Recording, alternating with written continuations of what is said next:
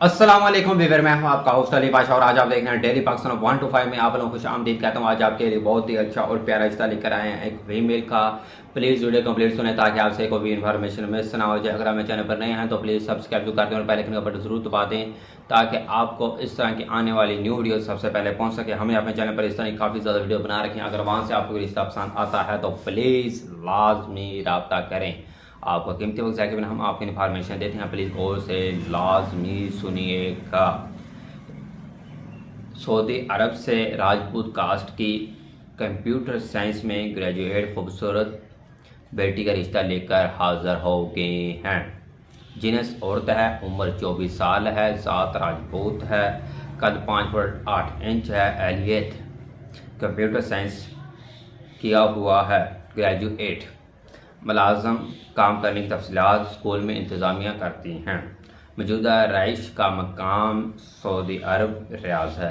पाकिस्तान के शहर लाहौर में DHA में ये रहते थे पहले। ख़ानदानी तफसीलात, वालिद महरूम है यानी वफात पा गए हैं। बहन भाइयों की तादाद क्या है? 3 बहनें हैं, भाई नहीं हैं।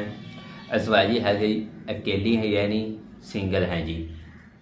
लड़की की फैमिली की डिमांड क्या है? बिल्कुल सादा है। लड़के की उम्र 26 से 29 साल के दरमियान हो, पेशा वाराना तालीम हासिल की हो, यूनिवर्सिटी लेवल की भी तालीम हो और अच्छी तालीम हासिल की हो।